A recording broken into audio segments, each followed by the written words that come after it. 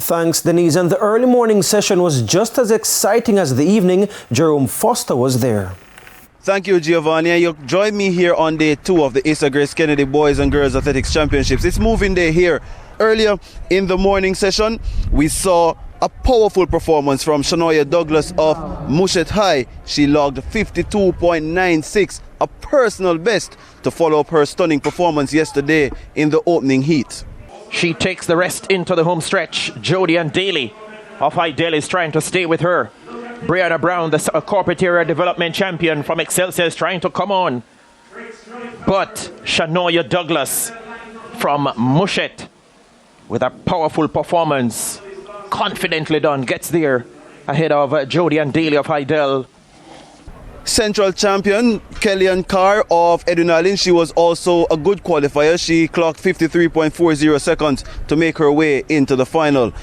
In the boys section now, Nicoy Bramwell, the overwhelming favorite from Calabar, he really cruised through to the final of the event, but he wasn't the winner of his second semi-final. That went to DeMarco Bennett of Excelsior, who recorded 48.40. Bramwell finished second in 49.31.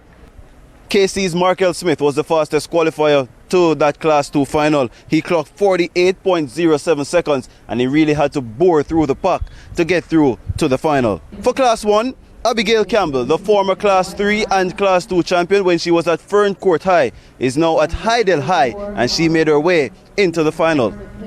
Abigail Campbell in control, quite relaxed, and she bounces nicely down the home stretch. Abigail Campbell taking with her Anissa Campbell of Belfield. Abigail Campbell of High Dell gets there ahead of Anissa Campbell of Belfield.